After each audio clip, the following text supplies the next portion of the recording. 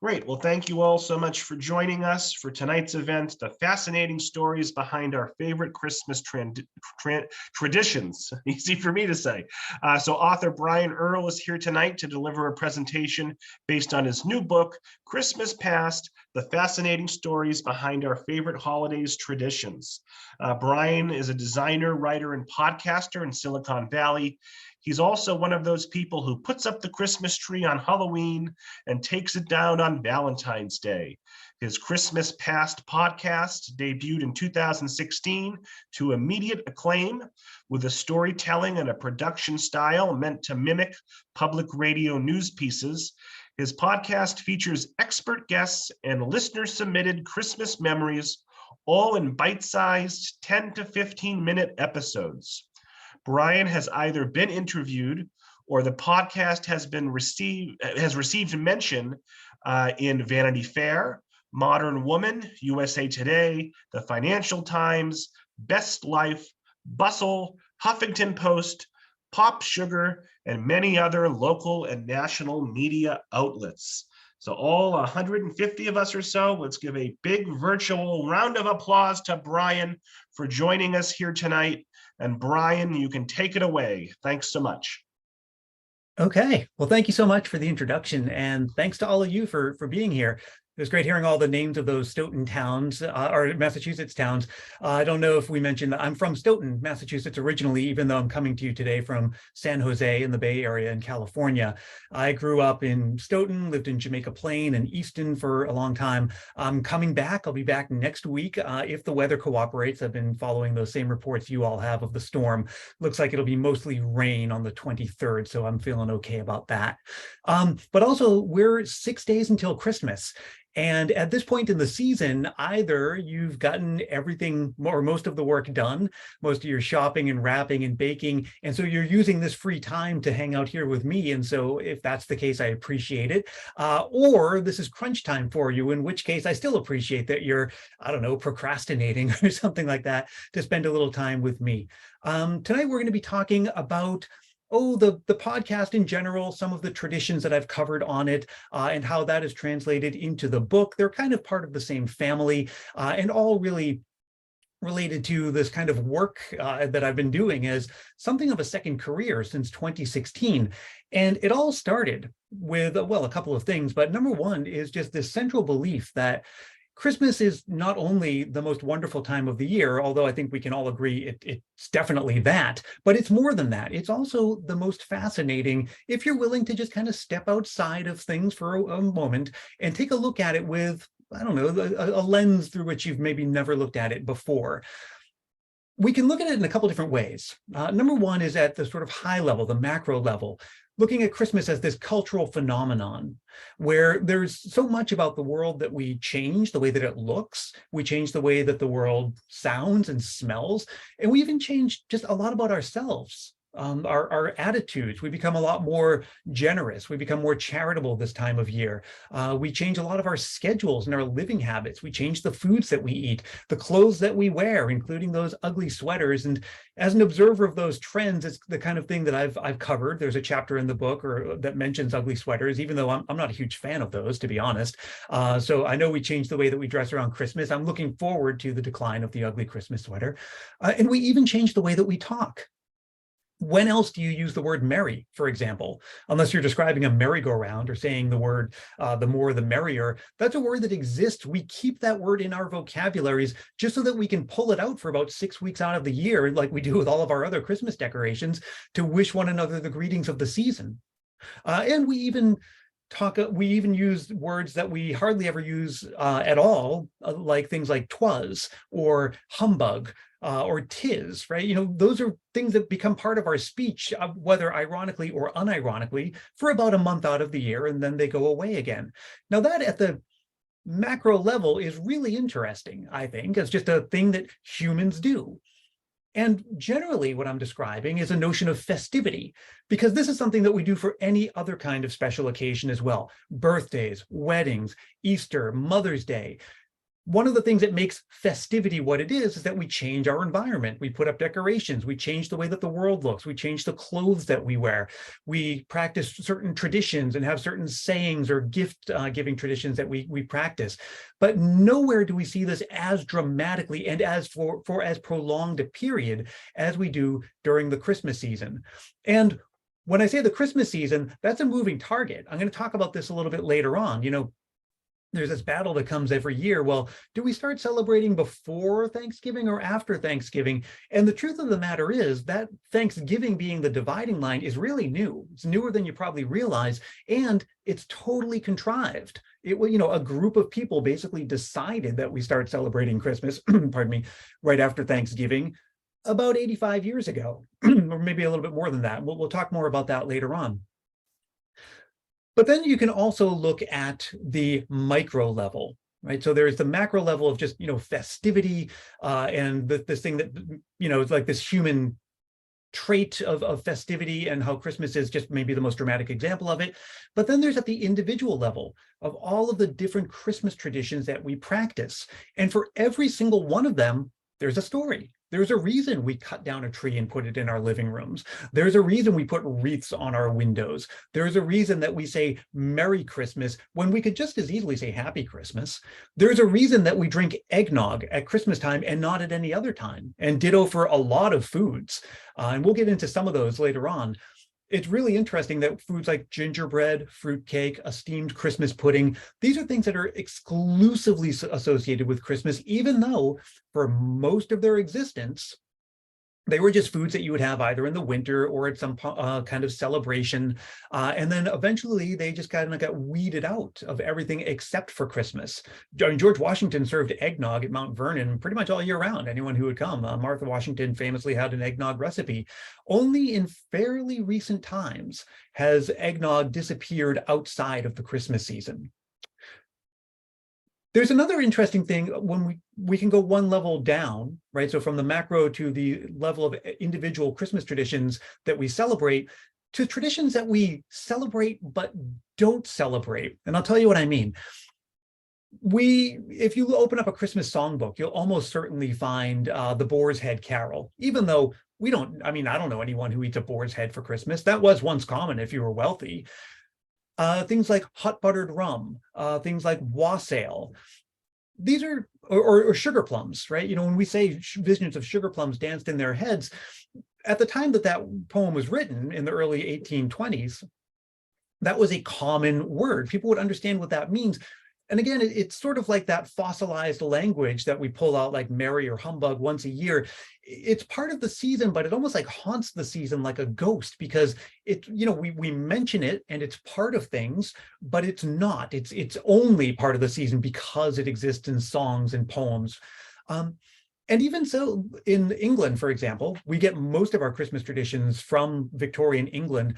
A lot of those traditions never quite carried over.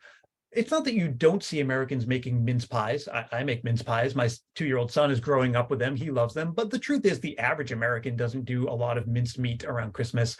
And the same is true for the steamed traditional Christmas pudding. However, when you listen to the song, We Wish You a Merry Christmas, that first verse is, we wish you a Merry Christmas and a Happy New Year. And then the next 3 verses are all about figgy pudding. We all love a figgy pudding, bring us a figgy pudding. We won't go until we get one, even though most Americans wouldn't know one if they saw one. And if they had one, they probably wouldn't like it. Most Americans who I know who try to make or consume a figgy pudding, they don't get it. They say, I'd rather something else. So these are the kinds of things that I was thinking of when I decided to start Christmas Past. If you celebrate Christmas, this will sound like a really obvious thing to say, but if you celebrate Christmas, the odds are you always have. You've never known a life without Christmas. And so, especially as you get older, where Christmas starts to feel maybe a little bit repetitive, I still enjoy the Christmas season, but the truth is, this is going to be my 40-somethingth, Christmas season. And putting up the tree this year, it seemed like it was just a few months ago that I had put it away. And so when we take a step back and really look at these things, think of creating a lens through which we can look at Christmas as something that's fascinating and strange and just worthy of digging down deeper, For my money, it adds an extra layer to your Christmas spirit or a new dimension to your appreciation for it. And so it was back in 2015 when I was listening to a lot of podcasts like Planet Money and Radio Lab and ones that NPR puts out, the BBC. Really liked, radio style storytelling. I listened to a lot of old time radio. And I said, I wonder if that exists, but for Christmas. Is there such things like Freakonomics, but for Christmas? Now, back in 2015, in the world of podcasts, there were maybe like a dozen Christmas podcasts altogether. There wasn't a lot to choose from at all. And most of it was nothing at all like what I was looking for. There was a couple of churches that would put out their Christmas sermons in podcast form. There was some DJs who would put out playlists of like Celtic Christmas music or something like that. And then a couple, was just 3 people that would review all of the Hallmark Channel Christmas movies, but nothing at all. Long story short, nothing at all like what I was looking for. And I said to myself, I can't be the only one who would be interested in something like this, something that is a combination of just a warm-hearted celebration, but also a nerdy deep dive that uses a lot of storytelling to dig into these things that we do every year without really thinking about it. Again, we chop down a tree and put it in our living room. It feels normal, but it's weird, right? There's got to be a weird, interesting story behind that. And all of the things that we do for Christmas, even things that seem mundane, even things that seem like there might not be anything interesting underneath it, like, for example, wrapping gifts, you'd better believe that there's an interesting story behind that. We use enough wrapping paper. One company alone, American Greeting, produces enough wrapping paper every year to circle the planet 12 times. And all of that is fairly new. The notion of wrapping gifts for Christmas, believe it or not, is kind of like a late 19th, early 20th century thing. So I said, okay, well, if this podcast doesn't exist and I have a pretty good idea that other people would like it and no one else seems to be volunteering, I'm going to give this a try. Now, the problem with that for me was that I have no business doing anything like that. Again, if I was trying to mimic NPR, well, I'm not a radio producer. I'm nothing like that. And if I wanted to present the backstories to Christmas traditions and, talk about Christmas history, well, I had another problem because I'm not an academic. I'm not a historian or a biographer or a linguist or anything like that. And those are the kinds of people that I've turned to produce this podcast. And so some of the most interesting conversations I've had in my adult life have been talking to the, again, like museum curators, historians, botanists, linguists, the CEO of a candy cane factory, someone who runs a Santa Claus school, to really try to get what's in their heads, to take their information. And then what I'm bringing to the table is the storytelling, is packaging all of that up into a specific and stylized listening experience that aims to put a story to the things that we do every year. And if you've listened to an episode before, I also include Christmas memories from listeners, and package all that up into about a 10 to 15 minute episode. So the goal is you're going to learn something you didn't know before. You're going to feel a little bit of nostalgia. You're going to get your Christmas warm and fuzzies in about the time it takes you to wrap a gift, or about the time it takes you to make a trip to the local store. So I have no idea of the people who are here, how many people have ever heard of me before, or have any idea what I do. So I figured I'm going to play you a really short snippet of an episode from 2016, just to kind of give you a flavor for what I do. And then we're going to dig into some specific Christmas traditions. And I hope this works. We tested this before. You should be able to hear my audio. And I'm going to press play. Now, I'm not going to play a full 11 minutes. I'll just play a couple minutes of the intro to this one episode.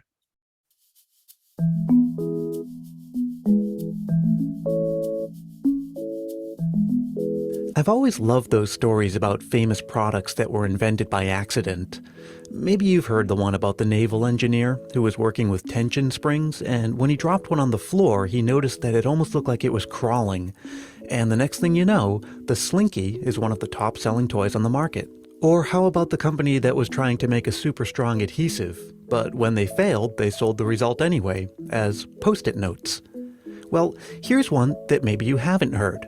It's about 2 brothers who ran a stationery store in Kansas City. The year was 1917, and like most retailers at the time, they offered customers plain tissue paper to use as wrapping paper. Only back then, it was referred to as gift dressings, which is kind of awesome and really needs to make a comeback. But one day, during the Christmas season, they ran out of gift dressings, so Raleigh, one of the brothers, went back to the warehouse to look for something, anything they could use instead.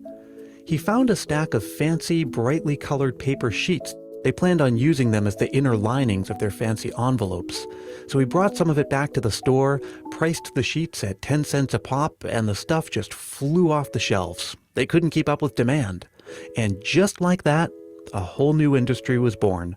The wrapping paper we know and love today, with its bright colors and printed patterns, can trace its beginnings back to that one day, that one decision made in 1917 by a man named Raleigh Hall, who along with his brother J.C. ran a company that's still around today. Maybe you've heard of it. Hallmark. But what's maybe even more interesting is the fact that when all of this happened, the idea of wrapping gifts for Christmas was only about 50 years old. It seems unimaginable that there was ever a time when gifts wouldn't be wrapped. Think of the anticipation created by the concealment of gift wrap, or the beauty of a decoratively wrapped gift, the excitement of unwrapping to reveal the surprise of what's inside. All of that is relatively new. And there's an interesting story behind it, one that has to do with the influence of media, the rise of industrialization, and the birth of consumer culture. I'm Brian Earl. This is Christmas Past. So that's what I do. I take a story, I take a Christmas tradition, I find the most qualified person I can to help me understand it more, and then I really try to apply a bunch of storytelling to find the interesting pieces and then reveal them using all kinds of little, surprise and delight. And I think that intro is a pretty good example of, I'm telling you the story, but then I'm saving it for a surprise that, what I've been talking about the whole time is Hallmark. And now here's another surprise. Guess what? We didn't always wrap our gifts. And the reason that we do it now is really a bunch of things that are coming together at just the right time. And we see this again and again and again with many of the modern traditions that we celebrate. The ones that really came into being around the mid-19th century happened at a time when the print media was exploding, which was just created new avenues for influence and for marketers to sell their wares. We were becoming a much more industrial society. Globally, that was true, but in America especially. Pre-Civil War, 1 out of every 3 Americans was a farmer. And then after that, we all became, doing more like office jobs or industrial kinds of jobs in factories.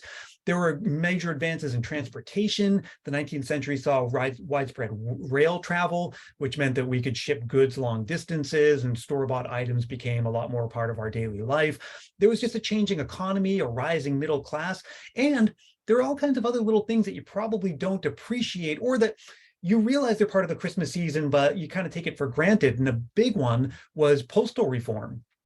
In the late 19th and early 20th century, when parcel post came along and you could send stuff in the mail instead of just letters, that changed Christmas forever.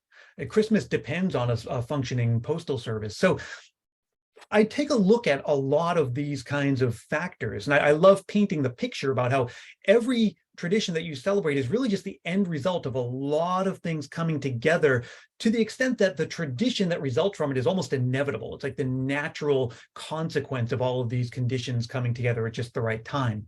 And so I've been doing this for 7 seasons now, and in the course of doing it, there's a couple themes that just come up again and again and again as I keep going through all these different traditions. The first one is that Christmas is constantly evolving. And the Christmas that we celebrate today is kind of it's a collection of traditions from all over the world and at different points in history. And when I say a collection, I mean a kind of a curated collection. It is by no means the complete collection of every Christmas tradition that ever was.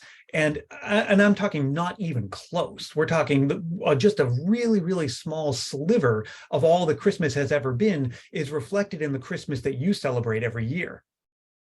In America, we often adopt only some of the traditions, or once we do adopt it, we change it in our own way. And Santa Claus is a really good example of that. I'm going to talk in detail about Santa Claus later on. Another thing about Christmas as something that evolves, and the historian Stephen Nissenbaum talks about this in his wonderful book, The Battle for Christmas. We talked about how Christmas is this major cultural influence and cultural event. And one of the things that influences Christmas is us. people always say Christmas has become too commercial. And my response to that is always, well, I'd be surprised if it hadn't become more commercial. We've become more commercial. Like I said, we've become a very industrial society since the mid-19th century, and that's reflected in almost every part of our life. So of course, Christmas is going to become a more commercial celebration. But the interesting thing is that because Christmas is such a major cultural phenomenon, it becomes one of the things that influences us in return. So it's part of the thing that's making us more of a material and commercial society is because of this massive thing that we do at the end of every year called Christmas that really ingrains in us this idea of shopping and giving and consuming. So it is both a cause and an effect. I'm going to come back to this idea later on. The second major theme that comes up again and again is kind of an extension of this first one, which is that I'm going to keep going this one for a sec. I talked about how there are some traditions that we no longer celebrate, and for that we can be kind of grateful. There are a lot of great traditions from either Christmas past that I think we could bring back. We used to tell ghost stories by the fire on Christmas Eve. That's largely gone away.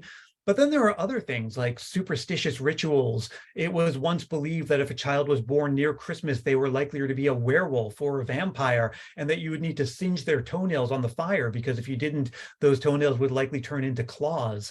Christmas used to have all kinds of demons and threats of child abuse and really gross food. I mean, mince pie contains mincemeat, which today is basically just fruit, but it got its name for a reason. It actually used to be minced meat. And just other things that used to be part of Christmas that no longer are. There was a game called Snapdragon where you would take brandy, light it on fire and put raisins in it, and then pluck the raisins out of the brandy. And this was a game that people would do around the fire on Christmas Eve. If you do it right, it's relatively safe. It's just a really bad idea because so much can go wrong with it. So the other theme that comes up is an extension of this Christmas constantly being evolving. If that's the case, well, then the Christmas that you celebrate, and again, I use that phrase really specifically, not Christmas, the Christmas that you celebrate, the version of it that we're familiar with in this generation and the past few generations, is way newer than you might realize.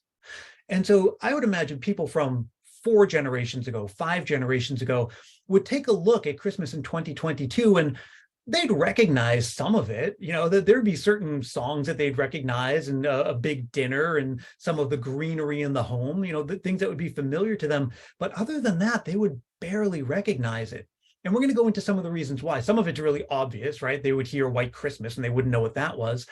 But there are other things too that are part of Christmas today that are really, really fairly new. The Christmas that we celebrate today is largely something that we invented, and by we, I mean America, in the mid to late 19th century. And when I say invented, it wasn't like we just did it and then poof.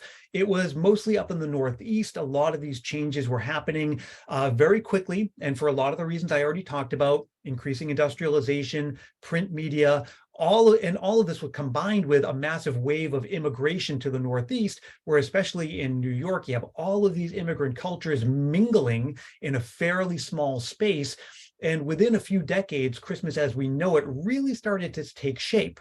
But if Christmas is constantly evolving, and I'll talk about this a bit more later, every Christmas we write the next chapter in this never-ending story. And so if Christmas now would look very, very strange to people from, say, 4 or 5 generations ago, we also have to think that Christmas in 5 generations, people would look back on this and say, oh, wasn't it weird that people used to do, like, wear ugly Christmas sweaters? Or even now, one generation removed from aluminum Christmas trees. I mean, I didn't grow up with them. They were before I was born. I look back at that and say, oh, wasn't that a strange little footnote in Christmas history? We used to have pink or silver aluminum Christmas trees. Isn't that interesting and odd? I mentioned this before, that the Christmas that we celebrate is very, very influenced, or had been very influenced, by Victorian England. I'll talk a bit more about why that was true. But really, starting in the mid-19th century, America took over. And to this day, we remain the largest cultural influence on Christmas.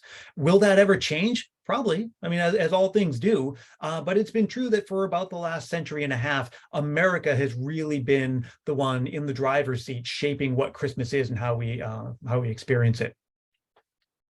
So let's talk about some of the obvious things. We say Christmas is a lot newer than you realize. Well, okay. Again, most of your experience of Christmas. I mean, just think about, when you think of what you're going to be doing this Christmas season, what kind of things you're going to see, what kind of things you're going to hear. The part of the season that gets, what I like to call aerosolized, the stuff that's just, it's in the air. You're out on a walk and you see it. You're at the store and you hear it. You're just looking through your social media feed. What are the things that the world is telling you Christmas is all about? And, movies are a huge one. And most of the classic Christmas movies that we like are no older than the 1940s. A little interesting side note is that when those movies like It's a Wonderful Life and Miracle on 34th Street came out, there was no such thing as a Christmas movie, which is going to sound very strange to a lot of you. I'm sure you're saying, well, what do you mean there's no such thing as a Christmas movie? Miracle on 34th Street is a Christmas movie. Not true. Believe it or not, when those movies came out, they came out in the summer because that's when people went to the movies. It was common back in those days that you would see a movie that featured Christmas outside of the Christmas season. And you have to think about the way that you experience Christmas movies today. Christmas movies are a tradition, something that you'd watch over and over again, something you'd watch with your whole family. And that wasn't possible until the 1950s, until television came out. And then you could have an annual tradition of watching movies with your family. And really, that's only when it started. It wasn't until we get to about the 70s, late 70s, early 80s, when the VCR and cable television came out. And then soon after that, we have the 24-hour movie marathons, that Christmas movies per se become like an actual thing that you can create a tradition around. It's not as though movie theaters would run It's a Wonderful Life every year during the Christmas season and keep it in theaters for about a month so that families could return to the movie theater and watch them as a family and carry on that tradition. Christmas movies as a tradition are a very, very new thing. And just another side note, I always grew up thinking that It's a Wonderful Life, it became a classic Christmas movie because everyone agrees it's just such a great movie. And it's just, it's a classic. And after all, the Library of Congress recognized it as having significant cultural import. The truth of the matter is, what happened was that in the 1970s, it temporarily lapsed into the public domain just because of a quirk of American copyright law. And all of a sudden, a bunch of local TV stations found themselves with a free movie that they could just put on and attract eyes and advertising dollars. It was after that that it became the stuff of 24-hour movie marathons. It's back under copyright protection now, but the genie's already out of the bottle. But had that not happened, the odds are good that anyone who grew up after the 1940s would never have heard of It's a Wonderful Life. It would have just gone into the dustbin along with a lot of other quote unquote Christmas movies that came out around that time.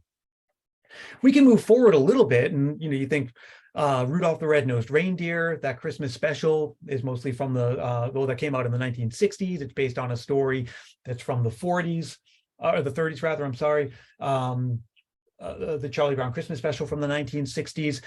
And all of the classic Christmas music, the stuff that we call the American classics, was part of this super, super productive 15-year span that started in the late 1930s.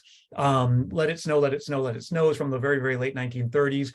Although you've probably never heard the original recorded version, you can find it. And when you do, you'll understand why you don't hear it on the radio all that often. It has kind of that really old-timey sound to it. So more modern renditions are the ones you're likely more familiar with. And then during the 1940s, and especially during the World War II period, that's when we get basically every classic Christmas song that you know. White Christmas, It's Beginning to Look a Lot Like Christmas, Silver Bells, all of those all came from this period of the 1940s. It extends into the early 1950s, Blue Christmas, a couple of those, and then things taper off. And I just put out an episode about this. It's one of my most recent 2 or 3 episodes about classic American Christmas music, if you're interested to hear.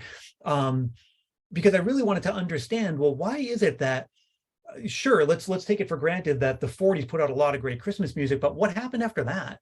Why is it that we got a couple good ones in the 50s, a good, to be fair, a handful of good Christmas songs from the 60s, the Phil Spector album and all of that.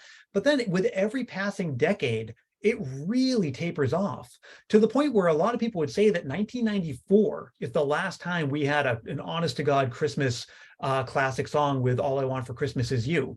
There really hasn't been anything else like it, except maybe Kelly Clarkson's Underneath the Tree, which came out within the last decade.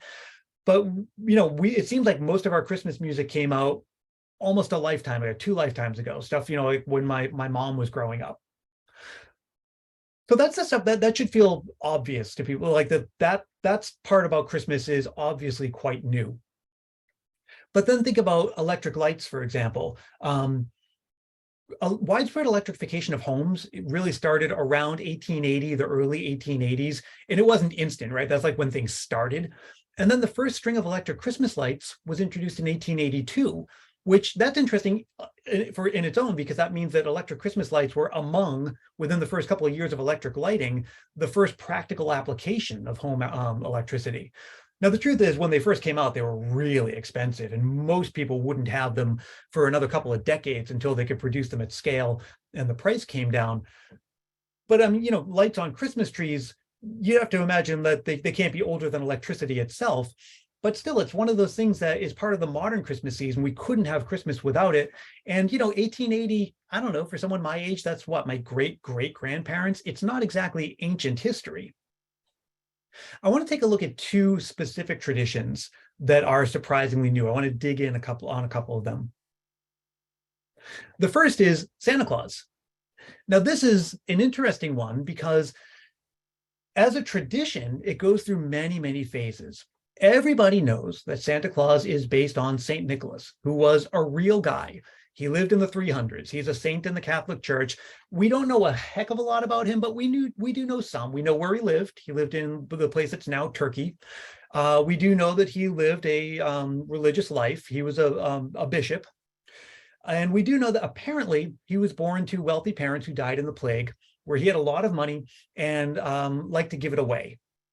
He also probably attended the Council of Nicaea. That's when Constantine called a conference of bishops to kind of debate and hammer out different theological points. And there is some record.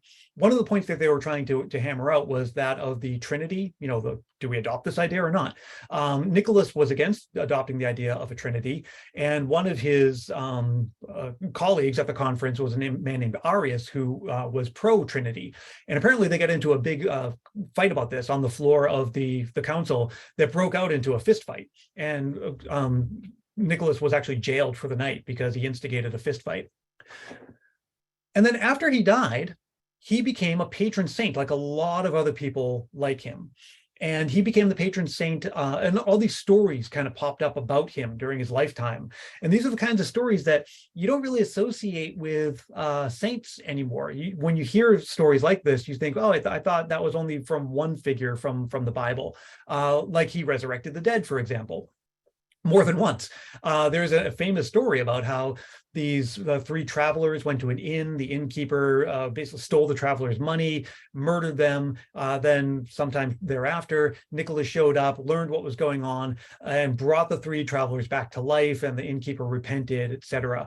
He also multiplied stockpiles of grain. Sound familiar? That's the kind of thing, again, if you grow up in modern days, you think, oh, I thought there was only one figure from the Bible that would do something like that. But, a lot of these patron saints have stories like that of, rescuing condemned people and multiplying stockpiles of food and resurrections and things like that. So he became a very popular saint. He became the patron saint of seafarers and brewers and pawnbrokers. And even to this day, a lot of ships will have a small statue of St. Nicholas as kind of a good luck charm for protection.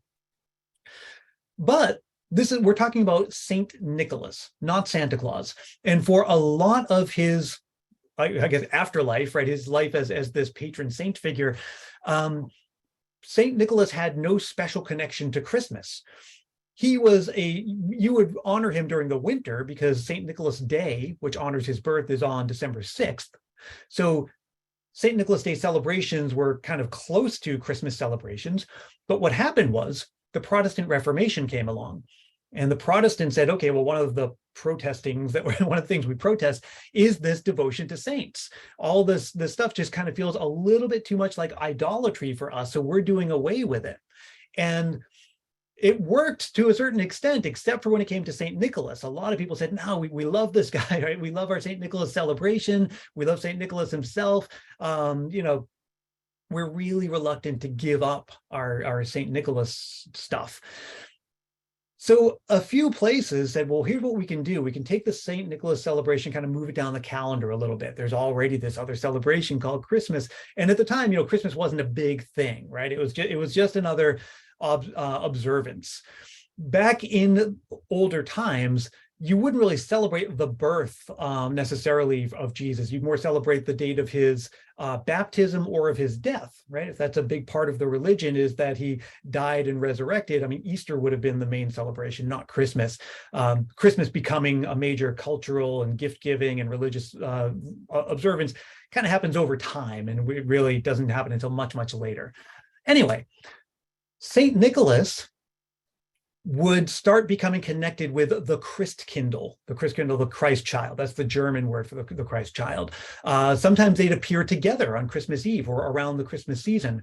And if you say Christkindl over and over again while you're thinking about St. Nicholas, it starts eventually to sound like you're saying Kris Kringle, which is exactly where that comes from. It's just a mutation of the word Christkindl to mean the Christ child. It has nothing to do with St. Nicholas, but it kind of does, just because the wires get crossed there. Should I skip ahead here? Yeah, okay. So if you look over to the top left here, I don't know if you can see my cursor, this is an old depiction of St. Nicholas, where he looks very much like a bishop. He's dressed in bishop's robes. This is obviously a modern image. You can tell because it's a color print. But even this is the result of a bit of evolution, because a lot of earlier depictions of St. Nicholas, he wouldn't have a long white beard. He would have a short, dark beard. He died when he was in his 70s, but a lot of the depictions and early paintings you see of him show him as a younger man with a short black beard. So why does he have a long white beard? Well, again, as Christianity is spreading through Europe,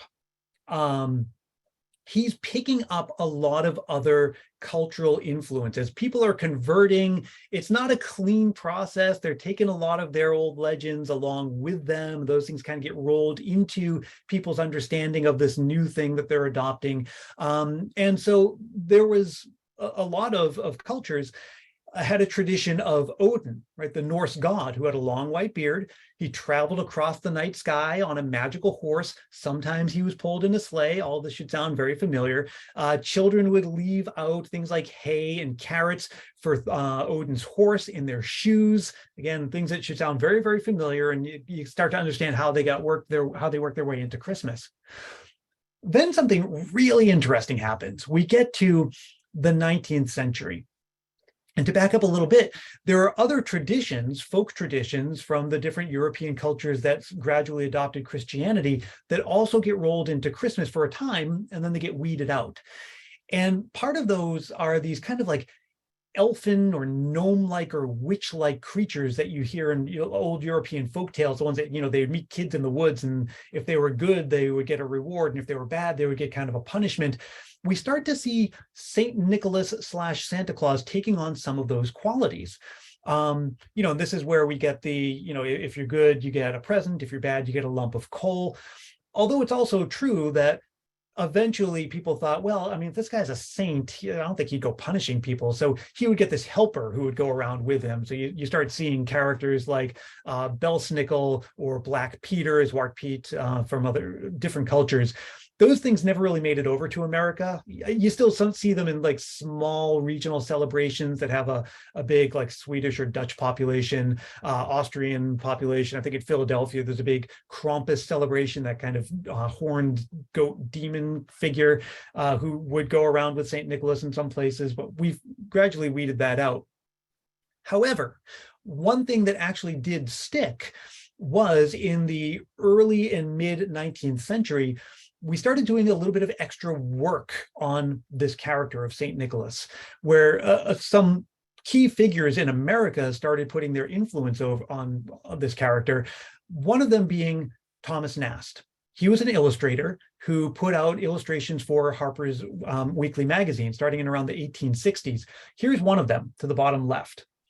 And you can see in this, I mean, we assume this is an average sized woman. He appears to be shorter than the woman, meaning, we can assume that this St. Nicholas is like 4.5, 5 feet tall, something like that. So again, there's some of that like leprechaun, gnome, elfin kind of quality to St. Nicholas.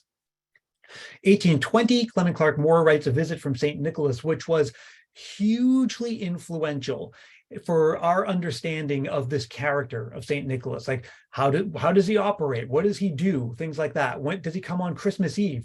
Believe it or not, that was, and someone had to decide that.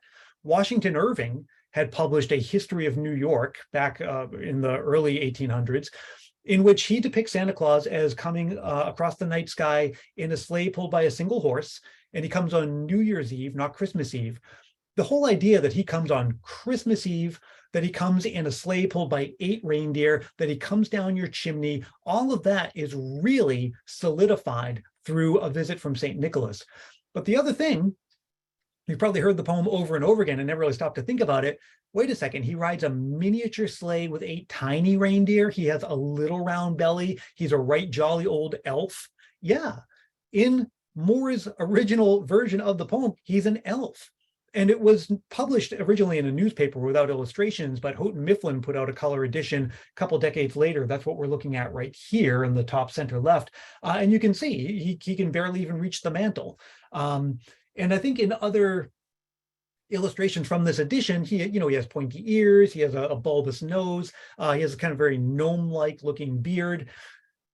So we're getting there, right? We're moving from this historical bishop, a real guy named St. Nicholas, to this kind of character based on St. Nicholas, who's becoming more and more like what we know as Santa Claus. Here's another Nast Santa Claus. This one is a lot more like we would consider the classic Nast Santa Claus, but still a little bit kind of in the Father Christmas realm. Father Christmas, believe it or not, I thought for the longest time that Father Christmas is just what they called Santa Claus in England. They're 2 separate characters. They're more or less the same nowadays, but they have different origin stories. But this Nast Santa Claus is borrowing a lot from St. Nicholas, with the holly and ivy and the hat, things like that. Even the pipe, that's the Dutch influence. Looks like the Dutch peddler. We see that in Clement Clarke Moore's Visit from St. Nicholas.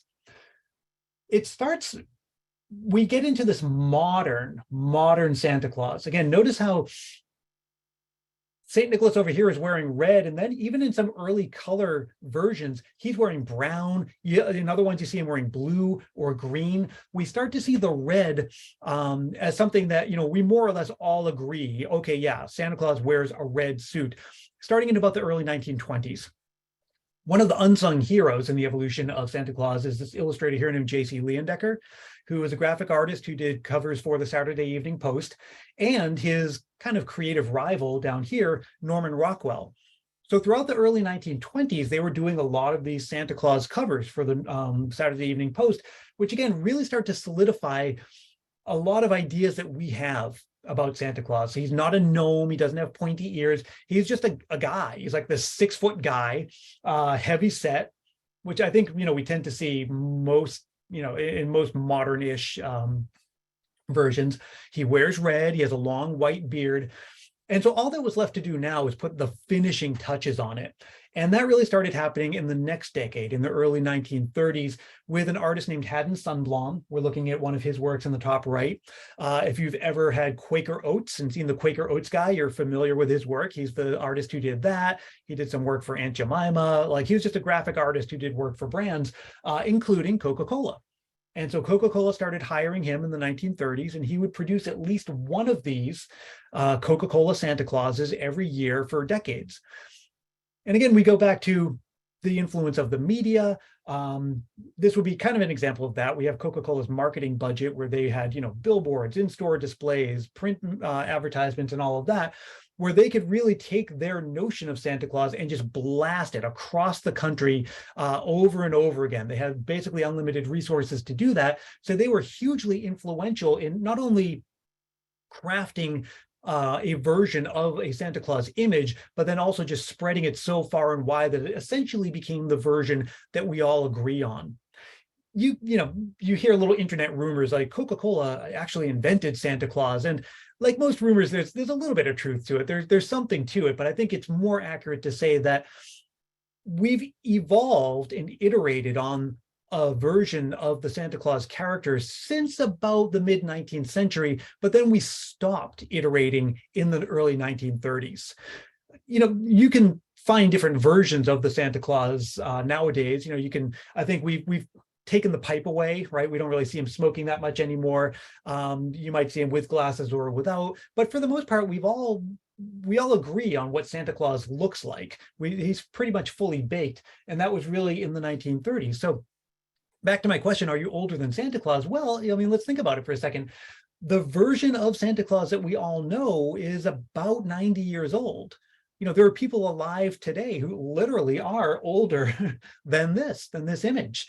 My grandfather didn't grow up with it. He was born in the early 1920s, so he might have grown up with these, but again, that really hadn't taken hold across the entire culture in the same way that it did starting in the early 1930s.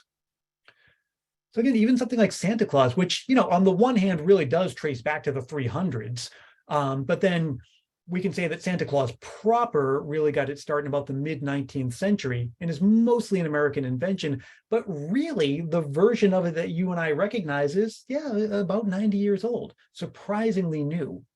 Here's another one, and this will be the last one we look at before I take a little look ahead. I realize we might be running out of time, so feel free to jump in and stop me if I need to, by the way. Thanks. Another internet rumor you like to hear is, Christmas trees, I'll have you know, are actually a pagan tradition. Let me dispel that. No, they're not. They're a Christmas tradition. That's why they're called Christmas trees.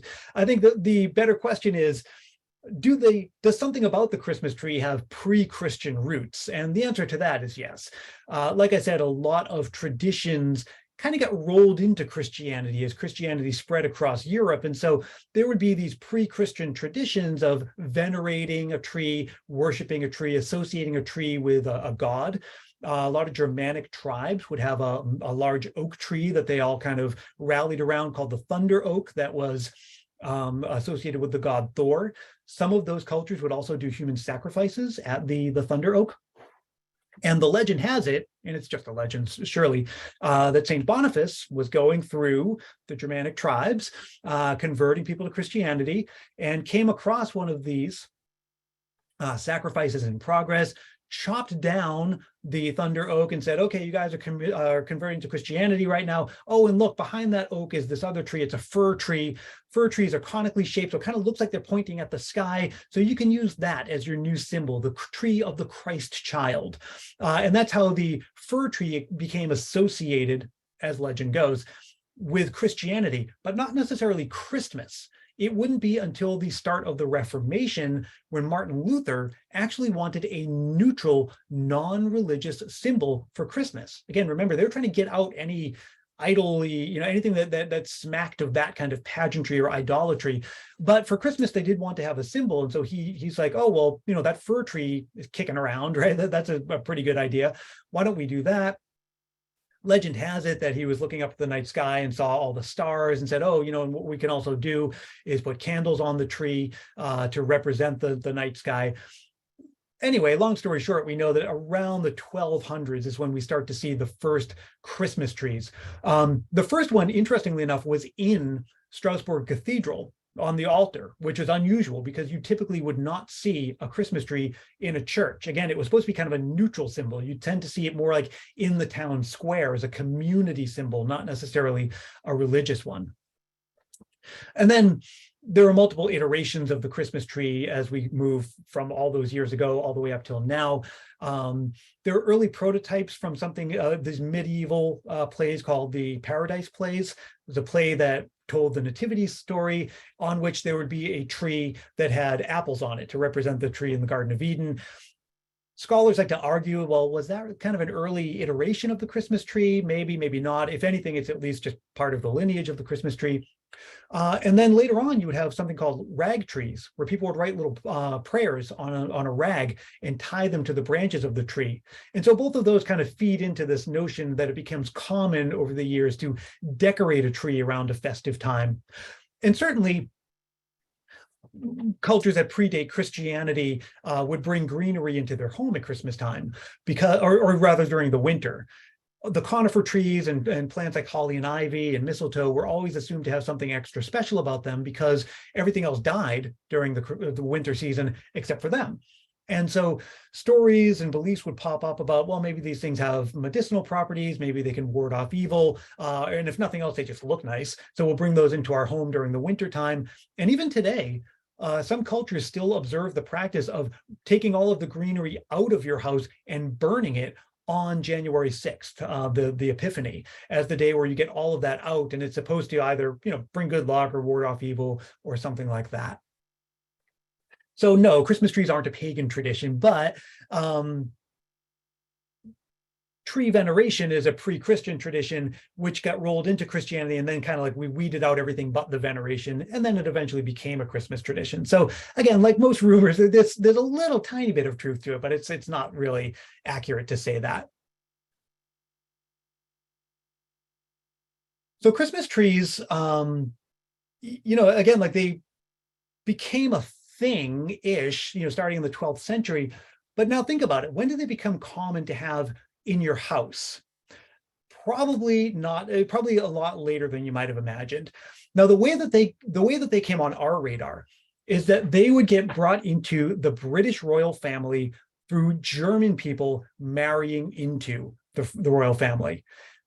Prior to that, this is strictly a local German tradition. You would not see it outside of that area. But Queen Charlotte married George III, brought the Tannenbaum tradition to the British royal family. It didn't catch on because the British royal family was not very popular.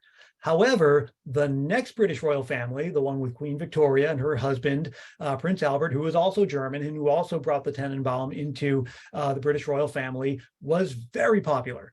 And her reign was during a time where all of those other major changes that I talked about before were happening.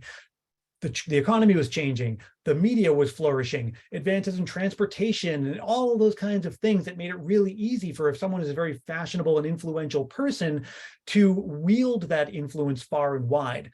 And so in 1849, this is the picture we're looking at here, an image was put out in Godey's Women's Magazine, and the image was reprinted in an American magazine. We're looking at the American version here, and you can tell that that's true because Victoria is not wearing her crown. In the British version, she's wearing a crown, and Albert is wearing some kind of sash, but we don't see that here. But anyway, long story short, the following year, the Christmas tree became the must-have accessory in every proper Victorian home. On this side of the pond, Franklin Pierce was our American president. He was the first one to have a Christmas tree in the White House. And after that, things were really starting to catch on. But you have to imagine that Christmas trees couldn't become common, the kind of thing that every household has one in their living room, until they were grown as a commercial crop. You have to have Christmas tree farms producing these things at scale where the average home can go buy one. So for a long, long time, if you saw a Christmas tree, it was because you saw it in the town square. And especially if you lived in like the city, in New York City, you go to a public Christmas tree display. You wouldn't have one in your house. That didn't really start to happen until after the Civil War, and it didn't become especially common until the early 20th century. And so this is, again, the Christmas tree goes back, hundreds and hundreds of years. But really, the Christmas tree as this thing that we all do at Christmas is like 4 generations old at most. And so for someone my age, that's, my great-great-grandparents. I mean, those are people, like, I know those people's names. I have pictures of those people. It's not exactly ancient history, even though the idea of a tree in your living room seems like it must be an ancient tradition, but not quite the way you think. Okay, I'm going to end this with just a couple of speculations. We talked about how Christmas is always changing, and a lot of what you experience about Christmas now is newer than you think. And we think of Christmas history as stuff that happened already. But the truth is, we're writing history too.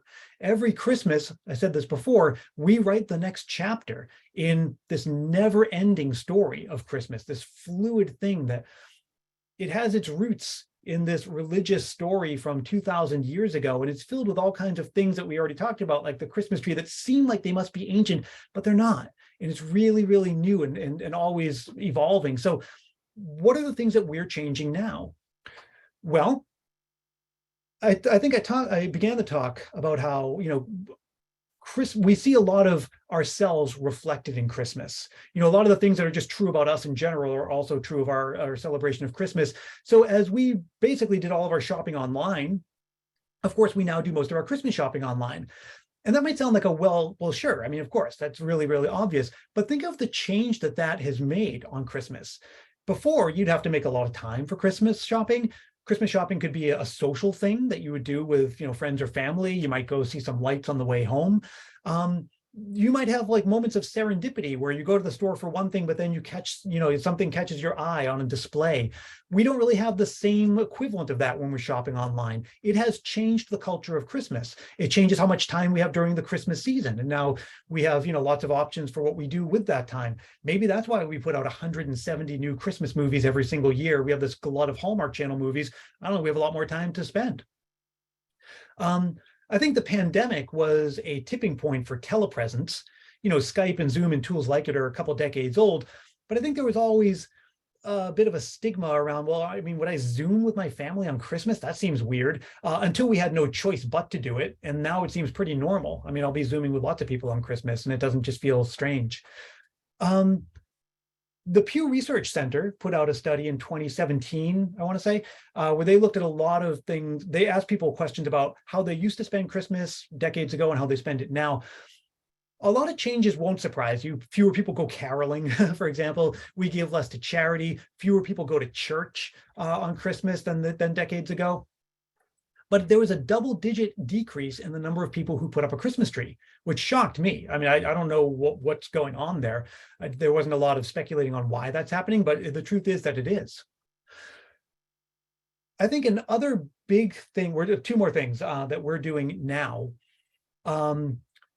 is number one, changes in culture. So here's an example. A study came out last year that found that 37% of Americans subscribe to the belief that there's some kind of war on Christmas, quote unquote. No, I'm not going to judge that or editorialize. I won't even tell you what my own opinion on it is. I'm just someone who observes the trends and tells stories about them.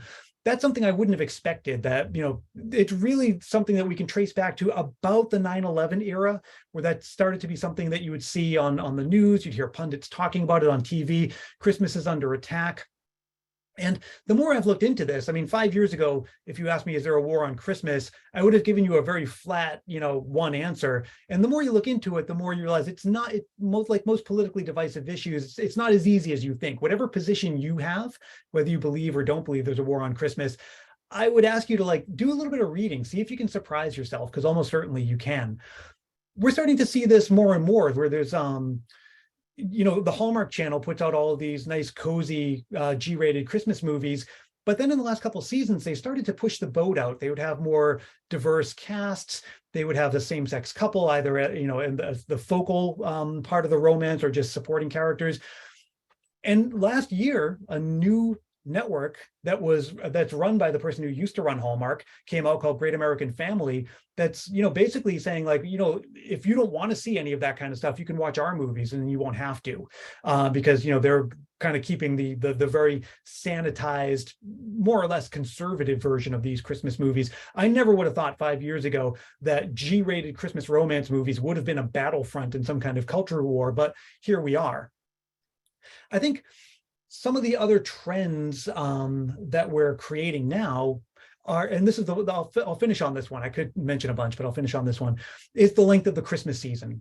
And this kind of ties back to something I said earlier in the talk, is we tend to think that the Christmas season begins on Thanksgiving. And I mentioned that that's a pretty contrived and new concept. It really traces back to the early 1920s with the overhaul of our retail experience that you saw from retailers like Woolworths and Macy's and Filene's and Wanamaker's. of department store shopping.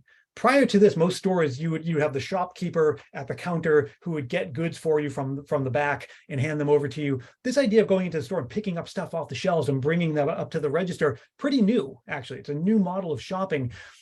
And when it was happening in major urban areas where they have these big plate glass displays for the shopping season, for Christmas, well, it wasn't long before Macy's in 1923 said, you know what we're going to do on Thanksgiving Day, have a big parade to not only celebrate Thanksgiving, but to kick off the Christmas season. The notion that we all start celebrating Christmas right around Thanksgiving or the day after really was a conscious choice that started in the early 1920s. And when that happened, just like now, we had detractors saying, that's crazy. Like Christmas is not, the Christmas season isn't a month long. Prior to that, it would be something like, the week of, you might put up your tree. A lot of families still to this day put up a Christmas tree on Christmas Eve. That's kind of a holdover from that.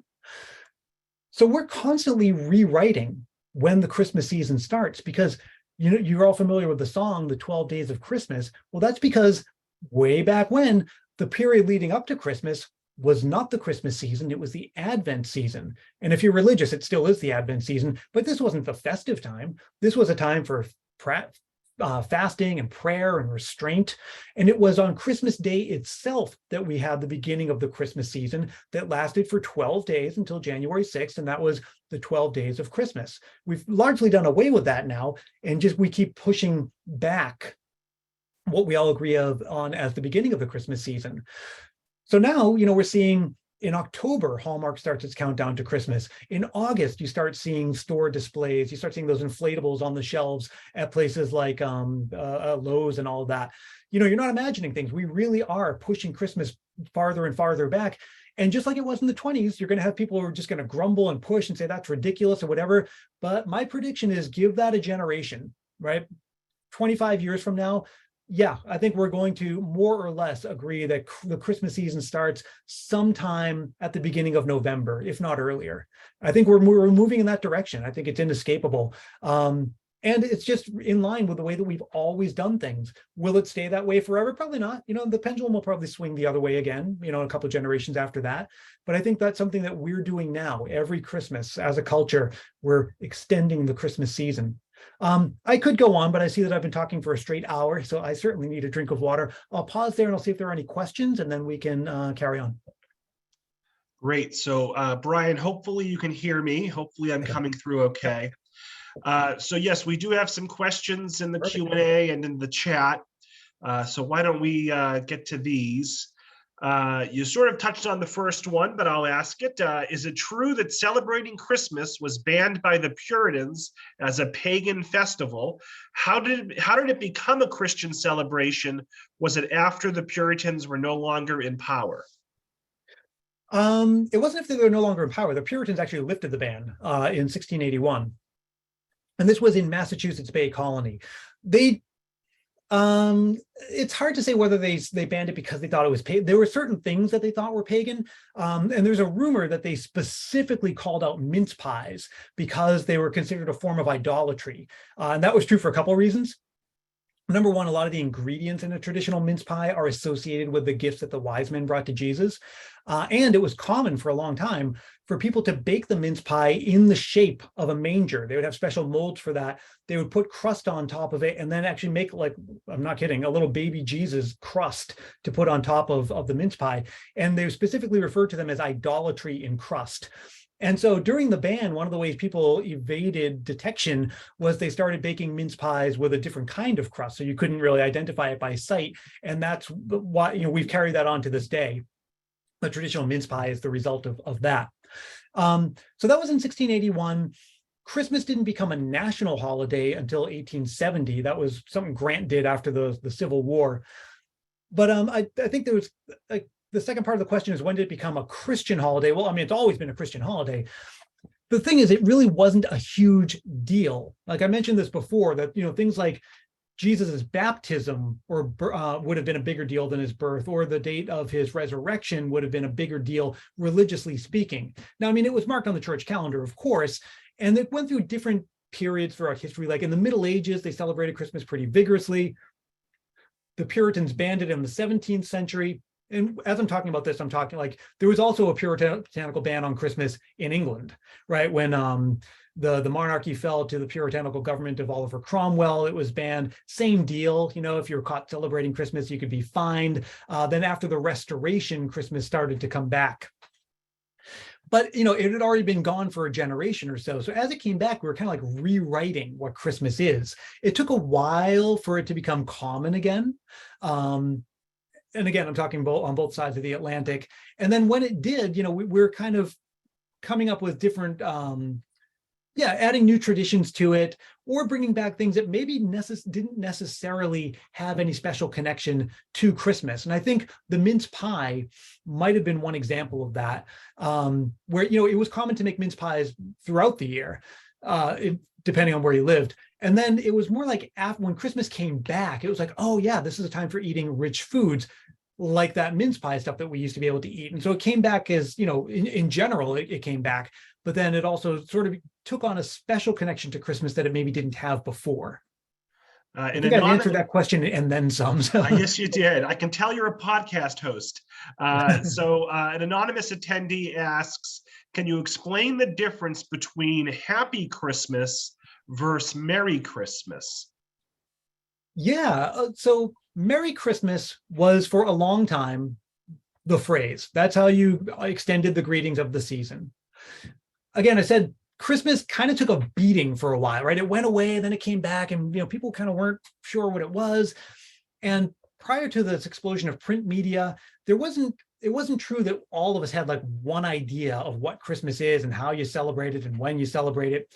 And so in Victorian England, we start to see a shift. If you read A Christmas Carol, when Scrooge's nephew comes into the counting house, he says, "A Merry Christmas to you, uncle," right? Like Merry Christmas was a common phrase in England. However, around that time, the way that Christmas was celebrated in many parts of London was a lot more like the way that you and I would celebrate like Mardi Gras or Halloween, meaning it's not something that you celebrate in your house with your family. It's something you celebrate out in the streets and the pubs. It's a public holiday and it gets a little rowdy and raucous. And so the Victorians, starting around the time of Dickens's writing, he was pretty influential on depicting the way that we celebrate Christmas. When Scrooge goes to see Cratchit, they're in the home, Christmas is depicted as this kind of like homey celebration. But again, he still uses the phrase Merry Christmas. But Merry Christmas had sort of become seen as, well, that's what the commoners say. That's like the drunken carousing way to say Happy Christmas to people. It kind of became associated with merrymaking, i.e. drinking. And so subtly a switch started to happen where the upper class started to say Happy Christmas deliberately as a way of kind of making a more highbrow way of extending the greetings of the season. That was solidified with King George in one of his radio addresses where he ends it saying, "To each, to all, a happy Christmas." And then that divide from there pretty much stuck for a few decades. I've always thought that in England, you'll never hear Merry Christmas. It's only Happy Christmas. That's not true. They use it pretty much interchangeably. It's just that right around that time, people were coming over, across the pond to America, and they said Merry Christmas, and Merry Christmas really stuck here. So in England, you can hear both. In America, if you say Happy Christmas, you sound kind of pretentious. You sound like you're trying to sound British. So I think most of us here will stick with Merry Christmas. And again, it's interesting because when else do you use the word merry? Like we keep that word in our vocabulary strictly to bring it out during the Christmas season. All right, we're going to take 3 more questions. Marilyn asks, or she observes, that Christmas card exchanges is not as popular as it once was. Do you think they may eventually cease altogether? What are your thoughts? Nope. They have gone down for sure. But I did some research on Christmas cards back in 2016 and looked at several sources of data, including from the US Postal Service. And during the Christmas season, 1.2 billion Christmas cards are sent out. Now think about it, there are 330 million Americans at all, right? Not all of them celebrate Christmas. I mean, we're talking within each Christmas celebrating household, the average person is going to send, many, many Christmas cards. I mean, I think we're sending dozens here at our house. So I don't think they're going to go away. I mean, I think they're just so firmly ingrained in Christmas culture. It's the kind of thing that you thought it should have gone away by now. Like once e-cards came out, once email came out, for all practical purposes, those things should have gone away. There's another way to do that thing that Christmas cards previously did. But Christmas cards are an artifact. You know, receiving a card in the mail and opening it and hanging it up is a very different experience from opening an email or an e-card. And I also think that there's just, it's a business. There's money behind it. I think as long as there's money to be made, there are going to be people promoting Christmas cards. And again, the postal service is so firmly ingrained in the culture of Christmas, even though you take it for granted. But if you stop to think about it, during the Christmas season, the mail arriving or checking your mailbox is kind of like part of your day. You know, it's almost like a little mini Christmas because you see who sent you a card and you open it up. Certainly the numbers are going to continue to dwindle. I mean, there's no doubt about that, but go away? No, I don't think there's a chance they're ever going to go away. So this question came up in a program last week, and it's a semi-serious, somewhat light question. But Diane would like to know, do you consider Die Hard a Christmas movie? I'm sorry, Diane, I have to punt on this because I've never seen Die Hard and I don't care. I know this is this big debate. Is it a Christmas movie? I'm like, I don't care. And I take a lot of flack from this from my listeners because I love almost everything about Christmas, except it's not that I don't like Christmas movies. It's just like they're not that important to me. I mean, I've seen Elf. I thought it was a perfectly cute movie. I don't need to see it every year. It was a movie that came out 15 years ago. It was lovely, but it's not like this major, I don't need a blow up doll for my front lawn of Will Ferrell. So when it comes to, I know I only have to spend a couple hours watching the movie so I can come up with an opinion, but I just don't care. That's fair. That's fair. So last question goes to Donnie, who wants to know how and where can we listen to your podcast? And I would add, how and where can we purchase your book? Sure. Well, if you are familiar with how podcasts work, then you can find me wherever you find podcasts. Just, if you listen on iTunes or Google Play or Spotify, wherever podcasts are, you'll find me. Just type Christmas Past into the search bar. That's all I can say about that. For the book, it is available, as they say, at fine booksellers everywhere. You can buy physical copies. I know Barnes & Noble is carrying it, but you probably have a better time getting it online. Probably get a little discount too. And as far as I know, every major online bookseller carries it. So I know not everyone's an Amazon person, but that's probably the easiest place to buy it. But Barnes & Noble, Books A Million, IndieBound, Target, they all have it. So Brian, I think we're going to leave it there. Do you have any last words for the audience?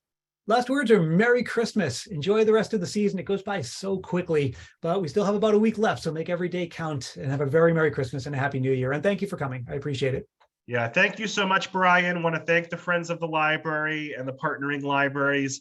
Folks, look for an email for me in the next 15 minutes with a link to this recording, a link to a feedback survey, and some information about some other upcoming virtual programs. So thank you all so much, and I hope everyone enjoys the rest of their evening. And for those who celebrate, Merry Christmas. Thanks, Brian. Have a good night. Thank you. Bye. Yep.